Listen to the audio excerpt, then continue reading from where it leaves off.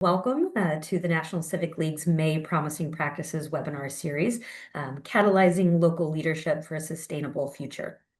My name is Rebecca Trout, and I direct the National Civic League's All-America City Award program, as well as our DC office.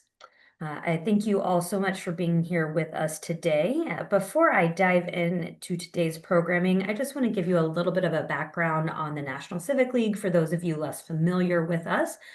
We were founded way back in 1894 by a group of nonpartisan, bipartisan civic reformers led by Teddy Roosevelt and Louis Brandeis. They really ushered in and championed many of the democracy innovations of the earliest 20th century. And we're trying to continue that legacy today by advancing inclusive civic engagement and promoting innovations in democracy that aim to make it more participatory, equitable, and ultimately more effective. So we do this in a few ways. Our three primary areas of work are community assistance, awards and events, and publications and research. When you think of the League, we maintain the Model City Charter, of course, organize the All-America City Award event. We publish a quarterly journal, and ultimately the main work that we do is to support an extensive national network of local elected, appointed, and civic leaders. So today, of course, I would be a terrible program director if I didn't do a little bit of a plug for the All-America City Award event. For those of you familiar, the League has been giving this award out since 1949. We aim to recognize exceptional civic engagement in communities, and each year we have a different theme. This year's theme is actually very relevant to today's webinar. We're focused on strengthening sustainable, focused on strengthening environmental sustainability through inclusive civic engagement. We actually recognized our 20 finalists. You see them on that map there. They are diligently waiting and preparing to join us in Denver this June, where we will hear from all of them about their exceptional work and ultimately recognize 10 of them. So if you are curious, feel free to check them out on our website and even join us in Denver for their presentations.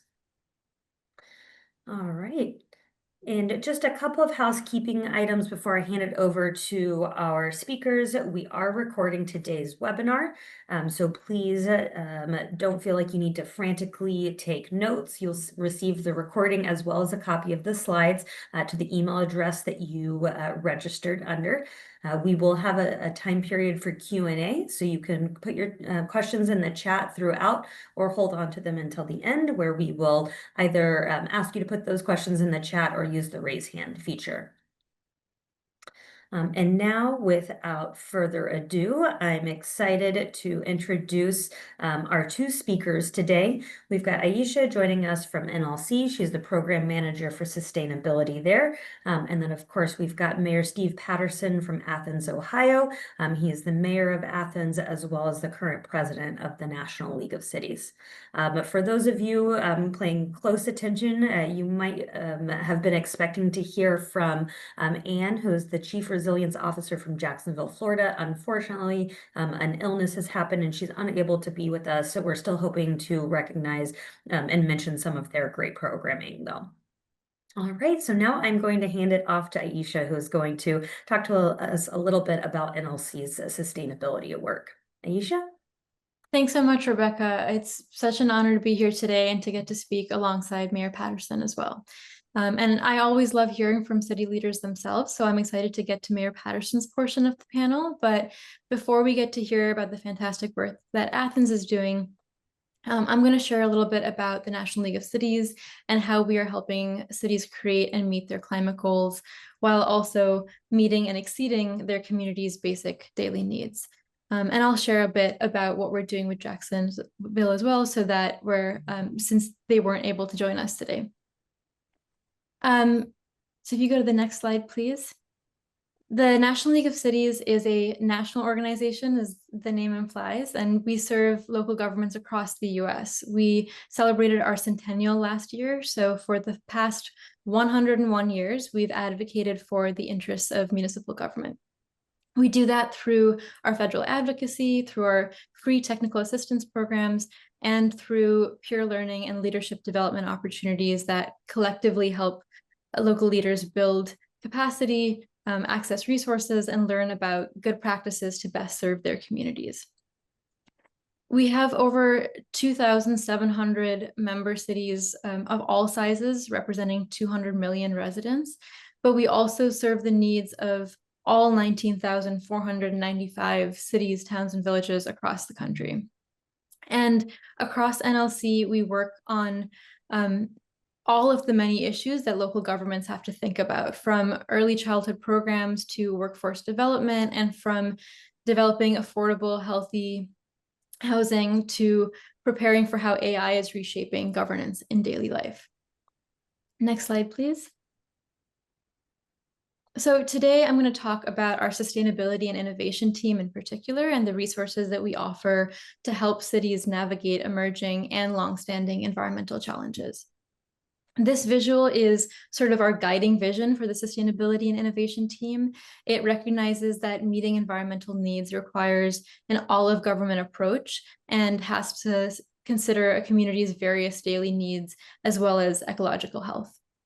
So we think about transportation and mobility, data and emerging technologies, energy efficiency, workforce development, regenerative practices, water quality, urban biodiversity, building connections to nature, and much more. And we also want to emphasize the value of sustainability in a healthy environment beyond the sort of crisis mindset that climate planning can often take on.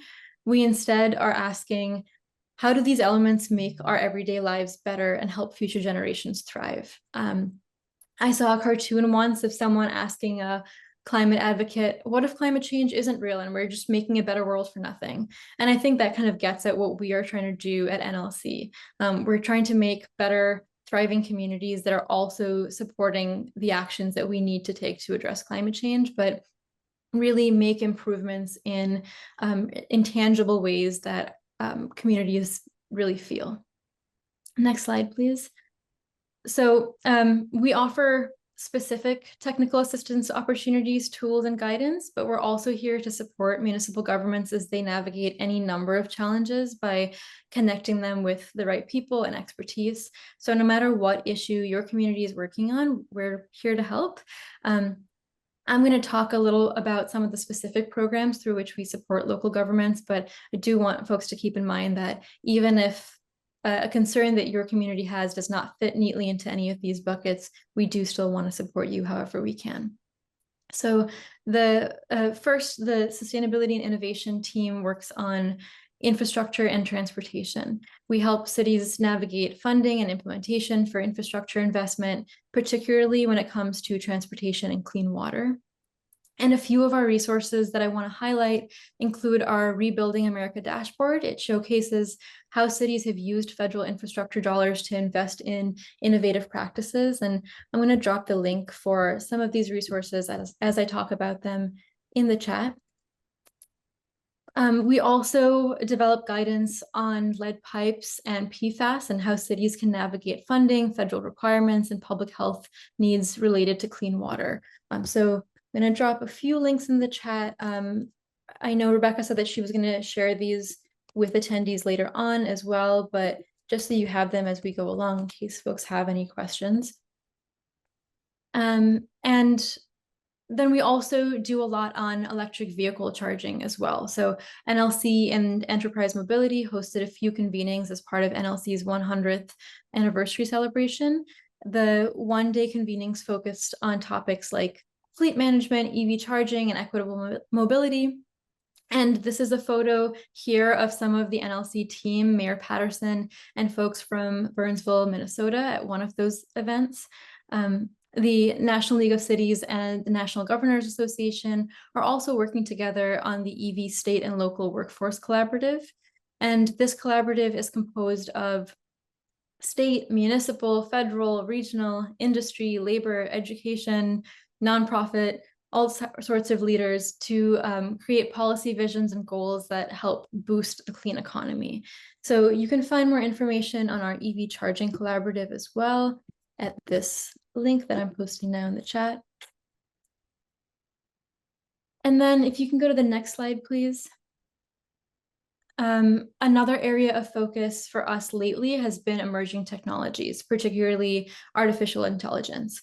I think AI certainly brings opportunities for local governments, but there are also risks that need to be understood around privacy and energy use in particular. So at NLC, we've been producing resources and hosting events in this area, including an upcoming webinar on data centers and the environment, fact sheets on data centers and the impact they have on the environment, as well as a report and toolkit on how cities can and are using AI, and an AI governance dashboard.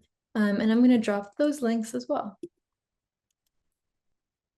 And then if you could go to the next slide, please, Rebecca. Thank you. So while those first two areas that I talked about just now might not fit neatly into traditional definitions of sustainability, recycling is a simple, well-established, and everyday way that we can practice sustainability. So in partnership with WM, formerly Waste Management, NLC has developed the Recycle Right Toolkit, and we will continue to create resources to help cities build better recycling programs, strengthen residents' recycling knowledge and confidence, and reduce recycling stream contamination so that we can divert more waste from landfills. And I'm going to drop the link to the Recycle Right Toolkit in the chat too. In addition to this resource development, we're doing site visits, focus groups, and surveys with local leaders to help us understand local recycling challenges and use our partnership with WM to bring in guidance and expertise on tackling some of those common challenges. Again, this is an area where if your community has been facing obstacles or has questions, please do reach out to us so we can best support you. And the last piece that I'll say on the recycling bit is there is a growing movement of people interested in the reduce and reuse elements of sustainability as well. And we want to help cities nurture that interest and curiosity, especially among young people, by highlighting good ideas from around the country, whether it's fix-it clinics or clothing swaps. So we're not just thinking about the recycling element of this, but thinking about all the pieces along the way that prevent things from being, from having to end up in landfills in the first place.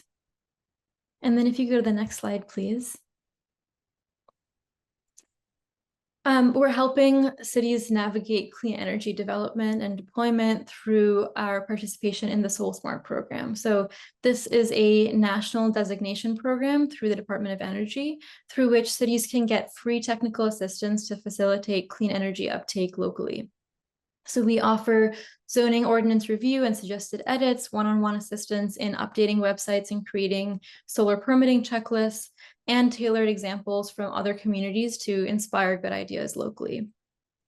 And I am once again sharing a couple of resources we've developed to help cities navigate clean energy options and to build a workforce to deploy renewables and meet energy efficiency goals. Posting this in the chat now.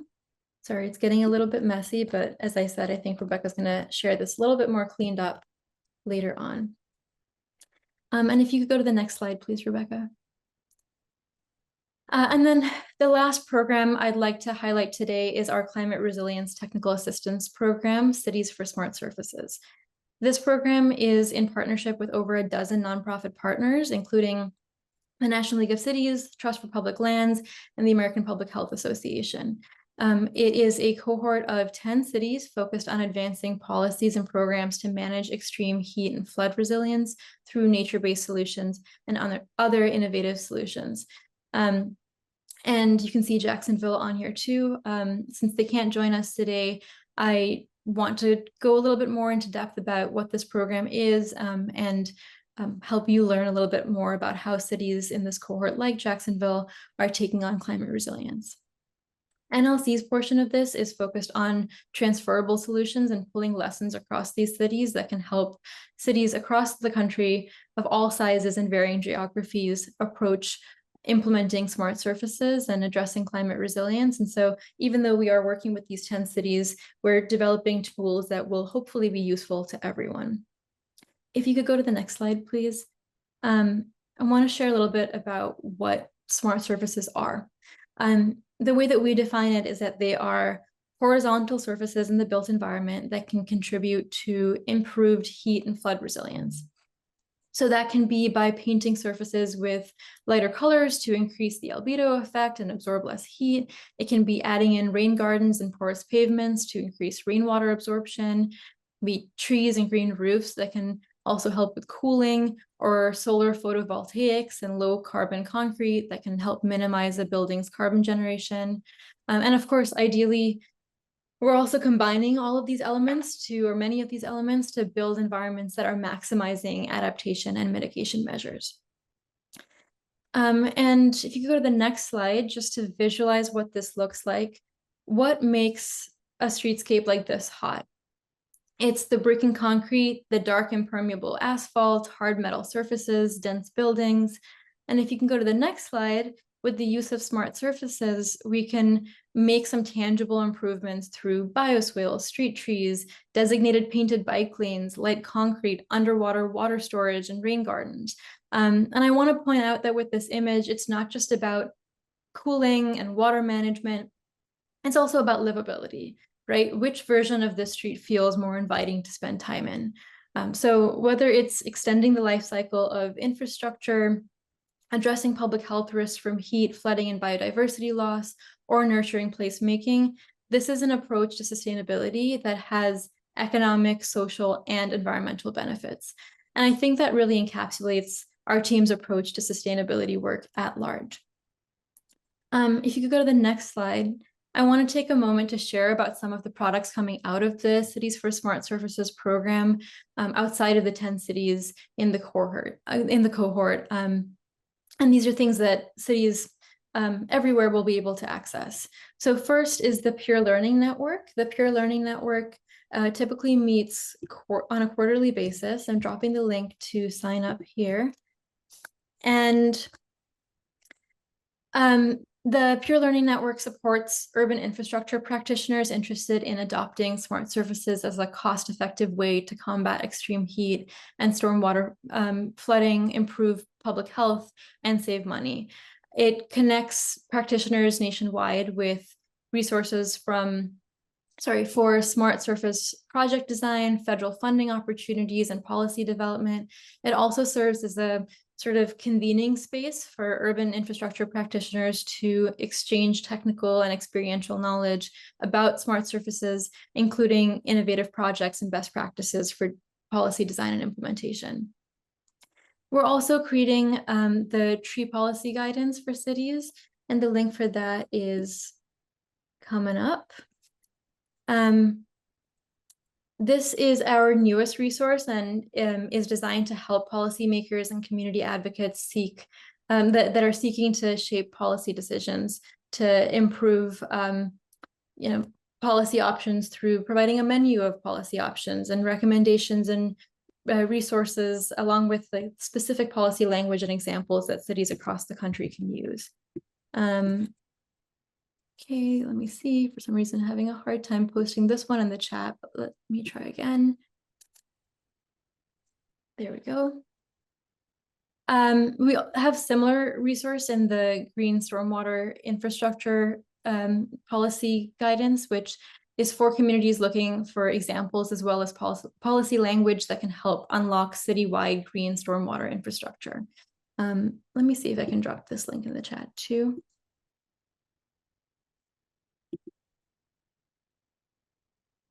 And NLC has produced a resilient infrastructure guide to help cities navigate water, mobility, and broadband infrastructure equitably too.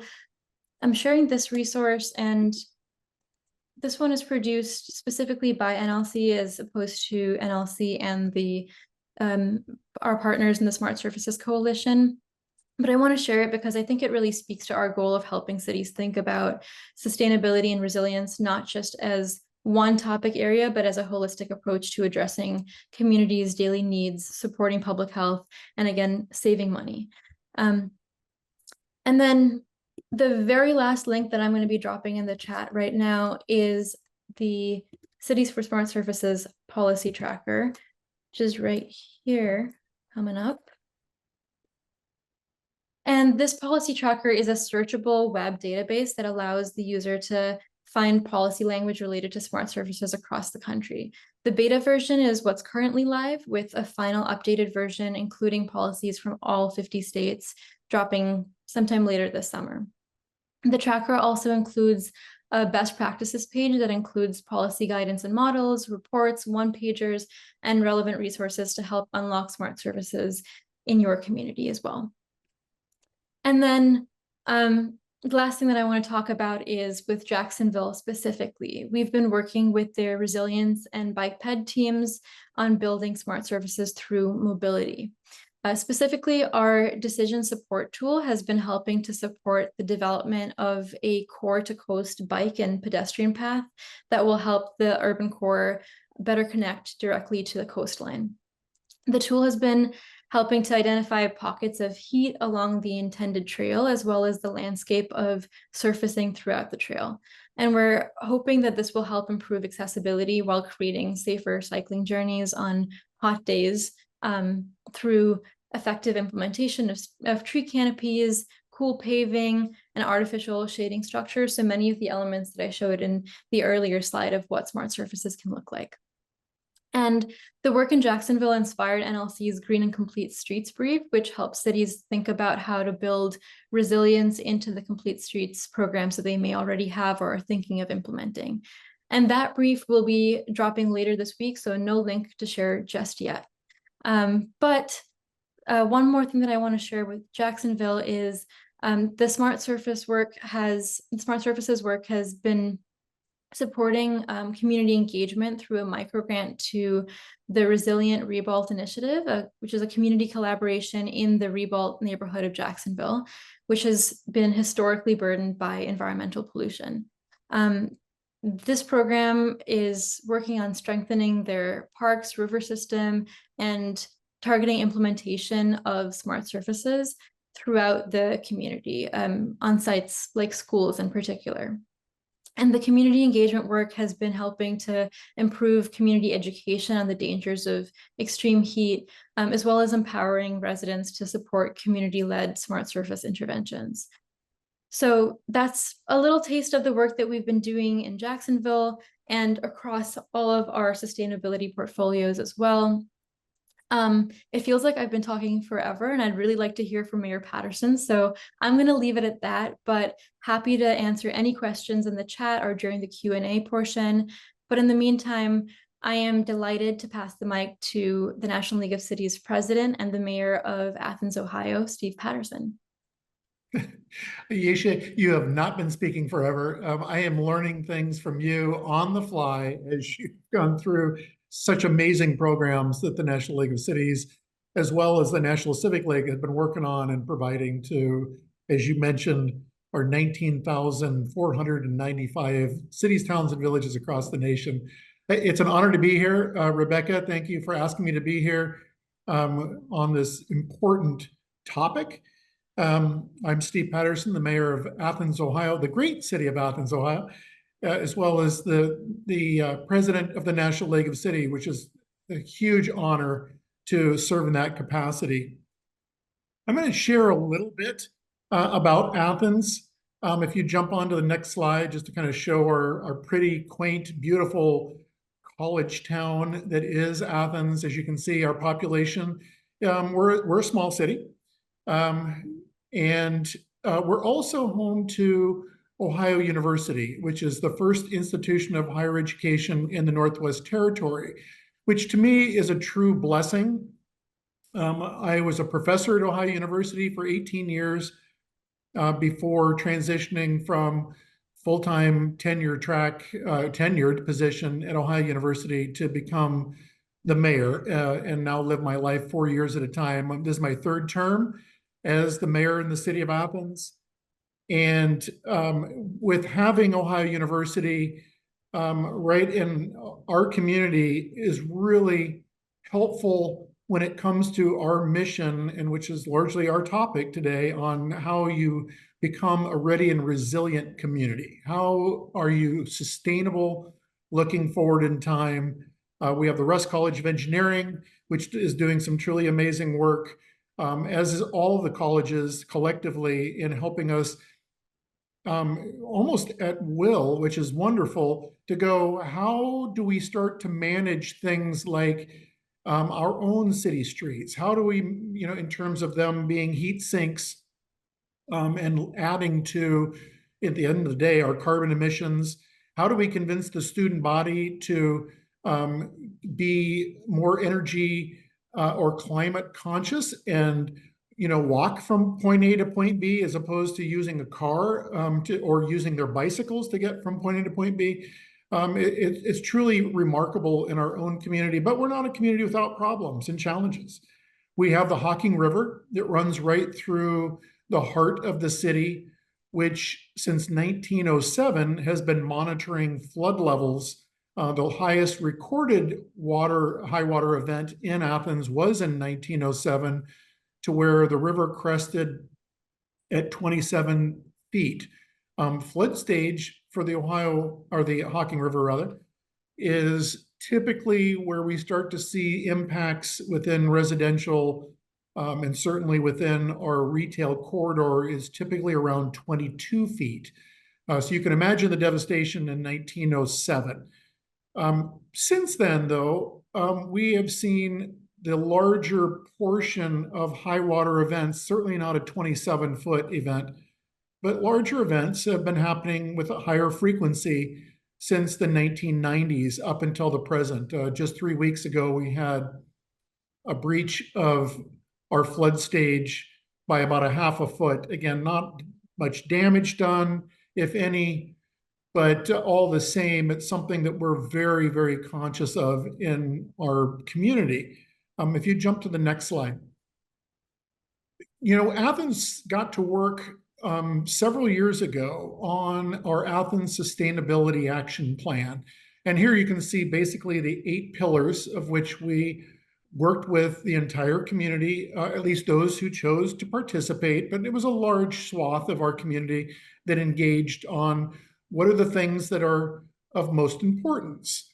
Athens has a really strong agricultural, I should say, independent farming community with organic farmers probably leading the way in terms of the types of farming within our county, which is great. We have a farmers market with over 110 vendors that are selling there. And again, they're locally sourced, locally grown foodstuffs, as well as housewares that our farmers market sells. So we had a lot of input from the individuals interested in the food sector. Energy, I'll get into that in a little bit more detail as we go through this, but very keen on our energy resilience and sustainability. We had a severe derecho come through Athens in 2012. I don't know what happened in 1912. In 2012, we had a significant event that pretty much knocked out a large portion of the electric grid in the city of Athens and came pretty close to completely knocking out our only water source, which is the city's water department. We produce our own water. Luckily, we were able to keep things maintained with our reservoirs and water production, but it was certainly an eye-opener when it came to resilience in the city of Athens. And again, I'll get into this in more detail later. Housing, the greenhouse gas emissions, I'm going to brag on Athens a little bit. We had a SolSmart and also an organization called Power Clean Futures Ohio here in the state of Ohio. PCFO did a greenhouse gas inventory for us and identified Athens as one of the lowest carbon emitting per capita cities in the state of Ohio. Yay for Athens. But we're also pretty high when it comes to the national average. The nation's average is about 19.9 tons per capita, and Athens is riding at about 5.2, 5.4. So we're chasing Tacoma, Washington to become one of the lowest carbon emitting per capita cities. So, Victoria Woodards, Mayor Woodards, you better watch out. Athens is coming after you. Our local economy, If you go to the next slide, please. I do want to remind myself to come back to waste and recycling, because Aisha, you mentioned some things that are really critical when it comes to your waste management. And something Athens has been doing for a long time is curbside composting, which isn't anything new. It's just knowing that that's one of our largest carbon emitting substances that end up going into landfills. And Athens started doing that in 2017 as under my mayorship. There's a lot of information on this slide, but this is just an example of the detail that we put into our housing development under our sustainability action plan in Athens, looking at best practices, what is sustainable housing and development. And then we identified several, 5 areas that we found to be important for our initial public meetings as we went through looking at LEED standards. We started looking at other standards that are out there under APA, American Planning Association. We continue to strive for improving ourselves when it comes to housing development, and what that looks like in our municipality, which, by the way, has a tree canopy that is nearing 50% for our community, which is significant. However, in my opinion, at 50% tree canopy, we've got a long ways to go to continue doing what we need to do to cool down our own local environment within the confines of the city of Athens and in Athens County. Next slide, please. Our resilient housing, again, here's some of the goals that we had, is incorporating energy and resource efficiencies in the building designs. We're really looking deep into 3D printed homes in Athens and in Athens County. There's a small company that is starting up called Vitruvian. Vitruvian has an interesting 3D printing piece of equipment they call the Scorpion, and yes, it looks like a scorpion, that uses some of the trailings from the gob piles. We live in a largely extractive part of the state of Ohio, and with that comes a lot of waste material. That waste material has value and use within the Vitruvian world. And so they're playing with different things to create these 3D printed homes that can be built in half the time, and also working with our labor unions to upskill bricklayers and other people who work in the industry to be the operators of the Scorpion to build more houses.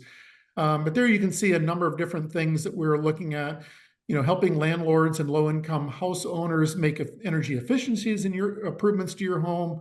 We started a program with a community choice electric aggregation to where we are giving grants basically to individuals who are ready to turn in their 2-stroke lawnmowers or weed whackers or weed whips or whatever you want to call them, or other yard implements that are 2-stroke, and go electric. And we're giving them rebates of $250 per lawnmower.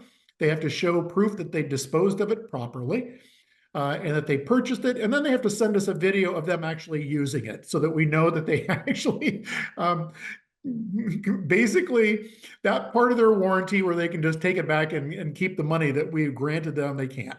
But it's a great program. It's been heavily used by our community, knowing full well that here's another way that we can do our part to make our community and our environment more livable in the great city of Athens. Next slide, please. Transportation. Transit is a hugely important element in our community. Given our size, we were among the first cities in the state of Ohio, in rural Ohio, to incorporate an electric bus, a 16 PAX bus, into our Athens public transit system.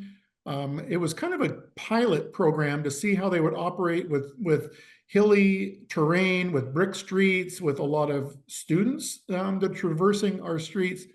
And it has been working remarkably well. There's some learning moments for sure. I think anybody who has an EV can recognize that, seasonal changes can influence your charge time, but we've been strategic in putting DC fast charging stations along the bus routes so that they can jump off for 30 minutes, recharge up to 80%, and then get back on the roadways to complete their city routes. We were hoping to have more EV buses in our fleet. And I think equally important from a transit standpoint is we are posturing ourselves to become a much more EV-friendly part of the state in reality.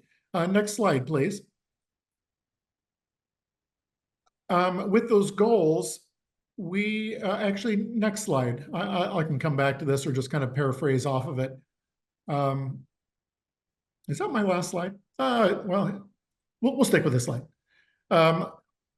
The city of Athens worked really hard when it comes to transportation, and this is where NLC offered such an amazing opportunity to any city, really, but targeting small cities, populations 50,000 or less in particular, to go through what's called the Local Infrastructure Hub Boot Camp. Athens, when I came back from one of our city summits, or it was the Congressional City Conference, I can't remember which, but I came back with the knowledge of this program and immediately had Andrew Chickey, my Deputy Service Safety Director, go through this program. And he went through the 4-month program where there's content experts in the various elements of the granting bucket that we decided to choose, which was the charging and fueling infrastructure bucket. So we went through that program, and in that program, Andrew came out with a really great DOT, Department of Transportation grant. But we started thinking we can't just stop with Athens. Let's go ahead and bring in the 6 neighboring villages and neighboring city in the county, in Athens County, to see if anyone wanted to jump in and play with us. We had a number of takers. So then we decided, let's look at our local development, our LDD. And so we worked with Buckeye Hills Regional Council, asked if there was anybody who also wanted to be a part of this grant. We'll be the lead. And we had a number of takers. And then things really started to explode with people that were interested, to where we handed it off to our local electric aggregation, community choice aggregation, which is Sustainable Ohio Public Energy Council, or SOPEC. SOPEC kind of took things over because we had partnerships within the SOPEC region going all the way to Dayton, Ohio. We decided, let's get Dayton to see if they were interested. Dayton was all on board. And then we started filling in between Dayton, Ohio on the east side, or the west side of the state, Athens on the east side of the state, all along the southern tier, to which there is no interstate highway, would never be eligible for NEVI. And we ended up with over 20 political subdivisions that includes school districts, cities and villages, libraries, to where there was, again, 20 plus political subdivisions that came together. We applied, and we were successful in round 1A under DOT's charging and fueling infrastructure to get over $12 million for 200 plus charge ports between Athens and Dayton. We also applied for what was called corridors under CFI. We weren't awarded under corridors, we were awarded under communities. We reapplied under 1B for corridors, and we were successful in getting another $4+ million. So over $16 million to put, ultimately, when we're all is said and done, over 250 charge ports between Athens and Dayton, alleviating a lot of charging anxiety that people would experience. And I'm gonna brag on Athens a little bit more. We're the most beautiful part of the state of Ohio, and I'll own that. I'm biased, yes, but it is. There's so many recreational assets. People really enjoy coming into Athens and into Southeast Ohio. And so this is really a way in which we can amplify that, but also just further protect the environment in the city of Athens, as we see a really strong, growing EV sector in our community, to where people are transitioning, much like they are with their two-stroke lawnmowers away from fossil fuel to electric at the end of the day. And the last thing I want to share, which I'm really proud of, is that when it comes to resilience for our infrastructure, both the water treatment plant and our largest energy consumer, which is our wastewater treatment plant, we were successful in putting solar arrays at both facilities. At the wastewater treatment plant, it is a 2.1 megawatt solar array that is powering both the wastewater treatment plant, our community center, our seasonal city swimming pool, which operates during the summer months and therefore is almost 90% powered by the sun off of this solar array, with Kokosing Solar as the general that built the solar array. And we were able to negotiate a truly remarkable PPA, a public partner, a private purchase agreement with Kokosing Solar, to where at year 6 of the solar array having been live, we've got a purchase agreement to where we have first right of refusal to outright buy the system under that power purchase agreement, to own it ourselves, which is our plan, to where, if you think about it, we're going to be even better stewards of the taxpayer dollars when we get to that point in time. We are now, but even more so in 6 years' time, to where I'm able to not have to budget over $400,000 for the electric bill at the wastewater treatment plant. And instead, that's $400,000, or probably realistically about $300,000, because we haven't deployed a microgrid there yet, to where we're really shaving off the electric grid from coal-fired power plants here in the city of Athens when we get to that 6-year mark of outright purchasing it, which will be beautiful. The water treatment plant, on that side, we do have a microgrid to where we have a battery system that is collecting during the day and then running some of our more stable loads in the water treatment plant during the day. The solar, it's a 178 kilowatt solar array.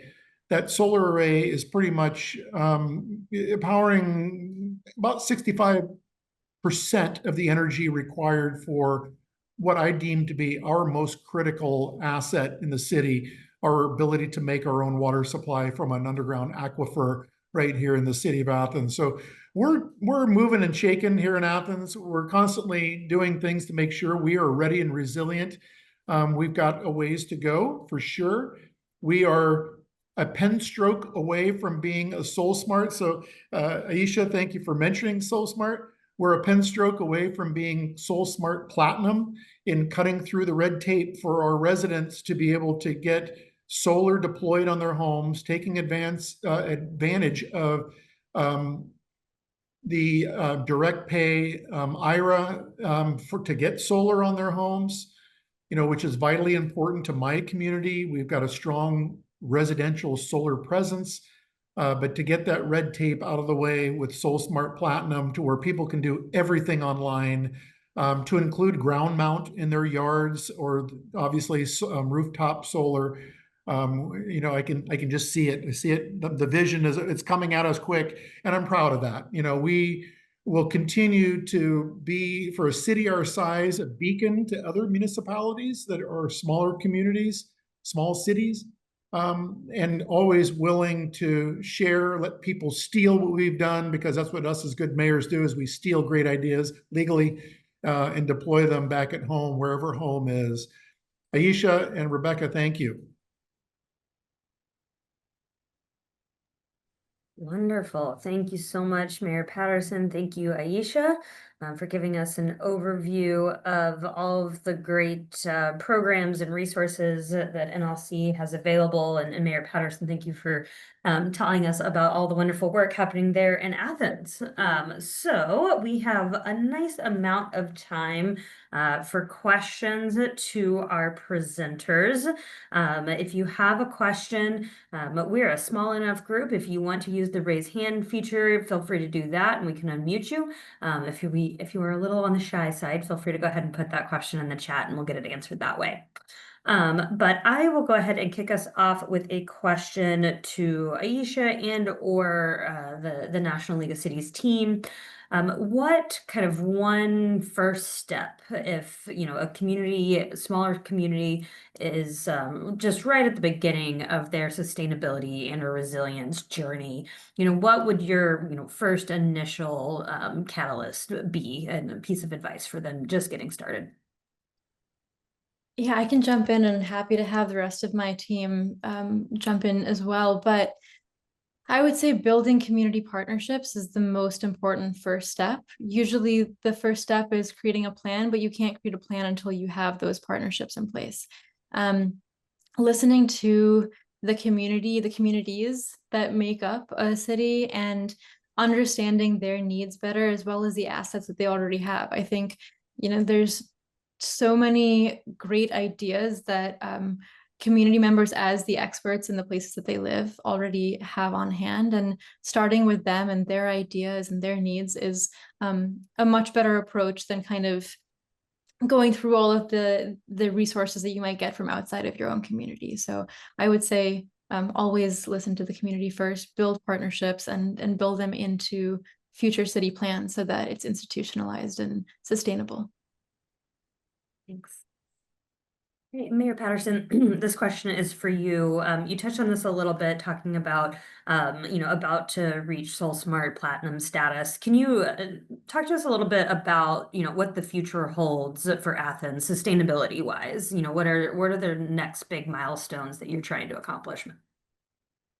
Yeah, I'd say that the next big milestone for the city of Athens to accomplish is,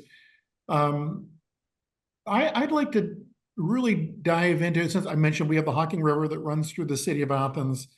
For us, we have a concerted effort to kind of do a lot of riparian work along the Hocking River.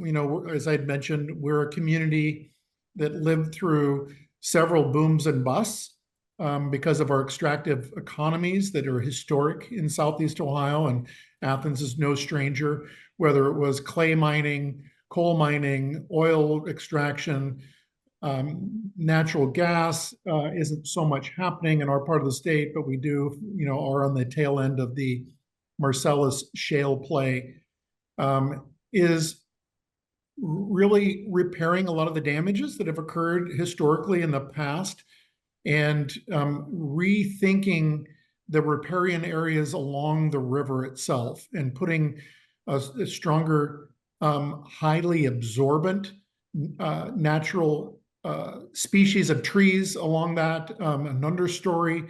A lot of it is still denuded from the past and hard to reestablish, but that's an area that we're looking at strongly.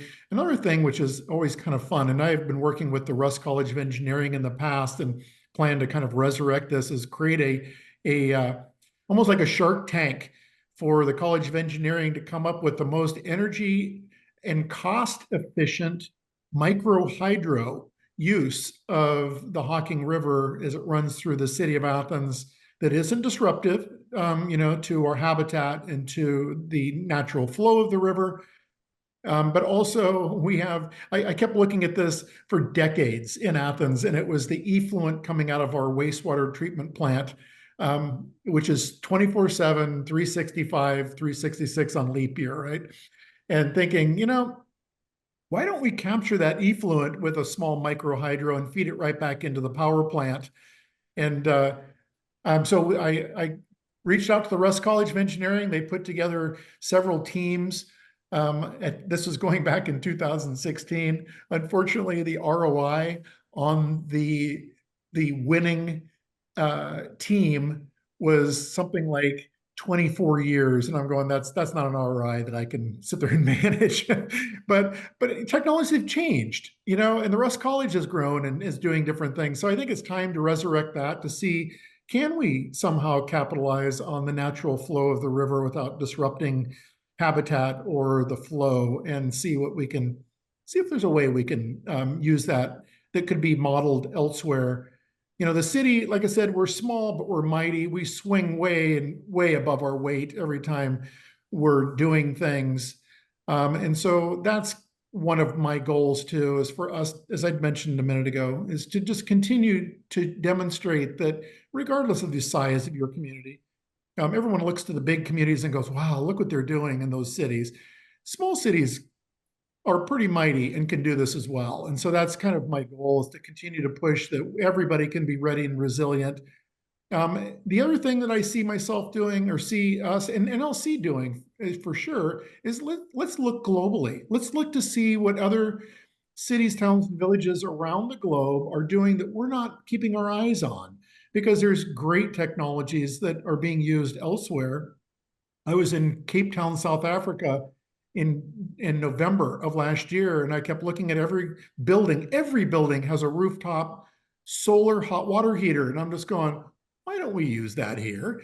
And so it's just being eyes wide open to what is around you, what's happening globally, to sit there and start harnessing those technologies as well. Thank you for that. And thank you for making the international plug as well. We're finding more and more in our work that, making sure that we're paying attention to those global innovations is critically important.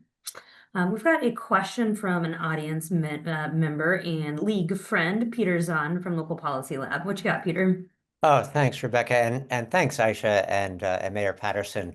Really great presentations. And in terms of what Athens, Athens just made some great strides. And I'm just wondering, in terms of the community engagement piece, what has worked for you guys versus not? I mean, often, it's hard to get beyond the regular 20 people that might show up at a council meeting or some of your outreach events. And obviously, to put into place the initiatives that you have, you've had some pretty good feedback. Can you just mention maybe briefly what you found has been helpful and that you haven't succeeded in as much as you'd like?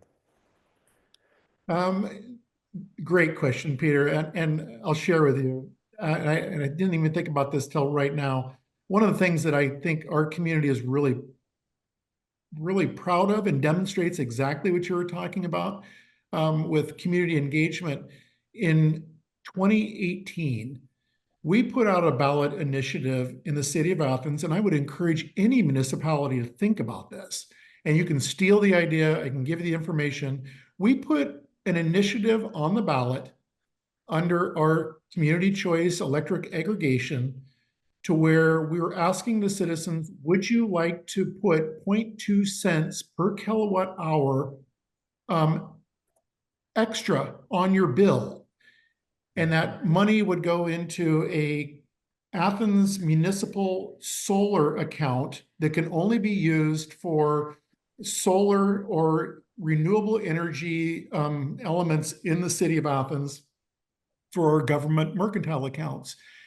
76% of our populace who voted on that ballot initiative said, yes, I want to pay a little bit more in order to have more solar being deployed on the government accounts, because they realized at the end of the day, the more solar we have on government electric accounts, whether it's a lift station or a wastewater treatment plant, full spectrum, they know that that's going to make better use of the taxpayer dollars in the city of Athens, because our income tax is what pays our general fund. That's our general revenue, general obligation comes from income tax in the city. People said yes. And again, that is one of many ways that we've been able to deploy more solar on city assets. The next project that we're going to be working on, Peter, is going to be putting a solar array on the 6th floor, the top floor of our parking deck, which that is going to end up powering not only the parking garage, but it'll power a pretty good portion of the city building, which is in operation, for people being at work between 7 a.m. and 6 p.m. prime time for that solar collection to be feeding into that building. So we're going to see some real offset with that in the future. So I think that speaks to it, Peter, but also, we hear loud and clear from our municipality, the citizens, what they want. And I think that 76% voter approval of that particular initiative speaks volumes to how the city thinks about things when it comes to renewables. Great. Well, thank you. Right, I've got one final question that I'm going to use to kind of combine two questions in the chat here, because they're fairly related.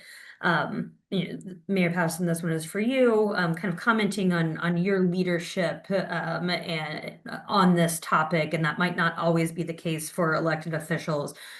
So can you share ways that city staffers who know this stuff is important, ways for them to engage their mayors and other elected officials to be sort of as passionate and as big of leaders for it? And then that kind of flows into the second question, which is again sort of how you might communicate the nature of this work to those who might not be as familiar with some of the climate solutions that we're mentioning today.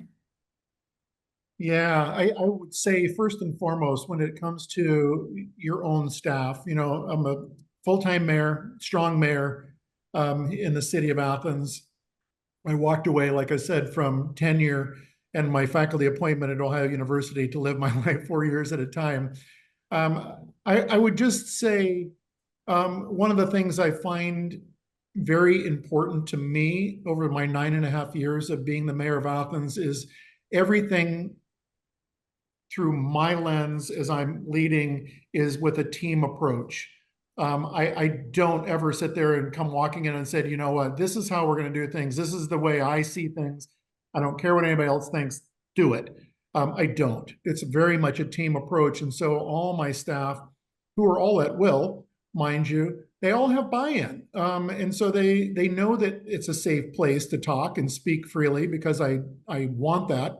I don't, again, lead in a different way. And I've had a lot of leadership skills over my lifetime. I'm retired Air Force Air National Guardsman for 23 years. As I said, faculty at OU. I know what leadership is. I've seen all forms of leadership, but to me, the most effective leadership is you take a team approach. You give everybody space in which to give their opinions. And that, for me, it helps me shape things as I look forward in time and in my decision making, to where I'm not doing it in a vacuum. I'm not doing it all by myself. I'm doing it very much as a team approach. And that applies to my city council. I shouldn't say the city's city council, the auditor's office, which is a separate elected official, and the law director, our judicial branch. Is that, let's work together. We're not going to work in silos because that just isn't effective. I view that the same way when it comes to my counterparts across Southeast Ohio, as well as my counterparts across the nation in my role with the National League of Cities. Let's work together on solving something. There shouldn't be one person who's calling all the shots and doing everything and expecting to always have successful outcomes, because to me, that's a recipe for things going sideways or potentially going disastrous, because you need to have, the right people in the right positions and all ears open, safe space for everybody to talk and communicate so that nobody feels like you're being talked over, you're being talked along with. Thank you so much. All right, well, that will wrap us up for today. I want to take another quick moment to thank Aisha and Mayor Patterson for taking time out of their busy schedules to share their expertise and experience. Thank you so much, both of you, for being on. And thank you all for being on with us today to hopefully share some of these ideas out with your own communities. We put these webinars on monthly. We will be taking a break for All America City Award next month, but we'll be back with our regularly scheduled programming in July. So keep a lookout for future webinars that might be of interest. And I will be in touch with a copy of the recording and some of the wonderful resources shared either later today or first thing tomorrow. Thank you all so much and enjoy the rest of your day.